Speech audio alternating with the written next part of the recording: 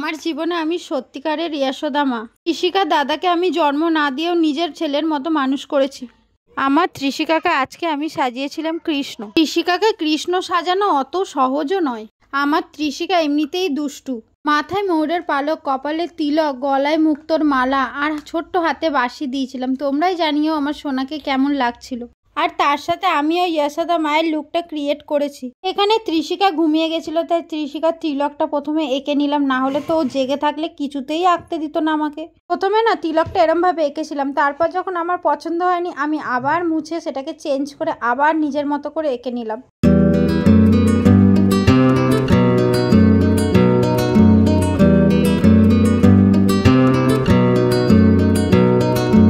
ত্রিশিকা ঘুমিয়ে থাকতে থাকতে আমি ওকে পায়ে আলতা পরিয়ে পা হাত সবই সাজিয়ে দিয়েছিলাম। ত্রিশিকা যেন বেশিক্ষণ ঘুমায় না, তাই তাড়াহুড়ো করেই সমস্তটা করতে হয়েছিল।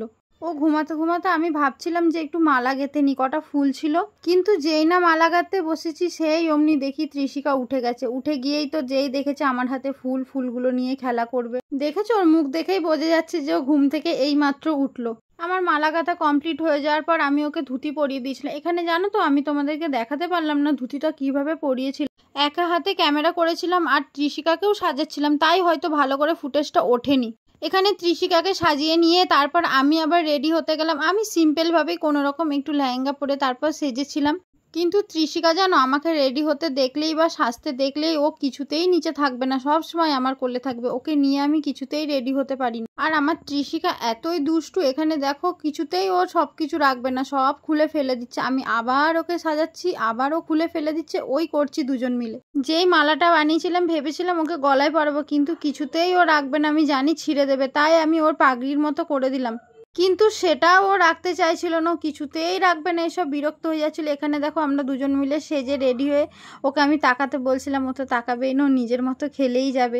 তোমরা জানিও আমাদের দুজনের লুকটা কেমন লাগছে। আর এখানে দেখো আমি ত্রিশিকাকে ছেড়ে দিয়েছিলাম, ও নিজের মতো খেলছিল। তো খুব ইচ্ছা ছিল ওকে সাজিয়ে ঘরটাকে সাজিয়ে তারপরে গিয়ে ওর কতগুলো ভিডিও ফুটেজ নেবো, কিন্তু সকাল থেকে ঘুম থেকে উঠে ওর শরীরটা একটু খারাপ থাকায় আর কোনো কিছুই করা হয়নি। দেখেছো বলেছিলাম না কিচ্ছু রাখবে না, দেখো ধুতিও খুলে দিয়েছে।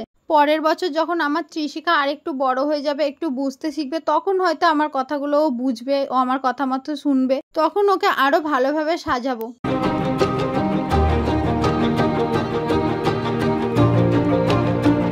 সেই মতো কোনো কিছুই করা হয়নি। কতগুলো ভিডিও শট নিয়েছি আর রিলস করেছি, ব্যাস। আর এখানে ত্রিশিকার না শরীরটা ভালো ছিল না বলে ওর বারবার ও বিরক্ত হয়ে যাচ্ছিল, ঘুম পেয়ে যাচ্ছিল, তাই সেরকম ভাবে আর কোনো কিছু করা হয়নি। তোমরাই জানিও ত্রিশিকার এই লুকটা কেমন হয়েছে, আর তার সাথে আমাকেও কেমন লাগছে তোমরা একটু জানিও। যেমন যশোদা মা তার গোপালকে সারা জীবন আঁকড়ে রেখেছিল, আমিও অমন ত্রিশিকাকে আর তার দাদাইকে ভালোবেসে সারা জীবন এইভাবেই রাখতে চাই। তোমরাই জানিও আমাদের এই ছোট্ট ভিডিওটা আর লুকগুলো কেমন লাগলো। শুভ জন্মাষ্টমী, সুস্থ থেকো, ভালো থেকো, আর চ্যানেলটাকে সাবস্ক্রাইব করে দিও।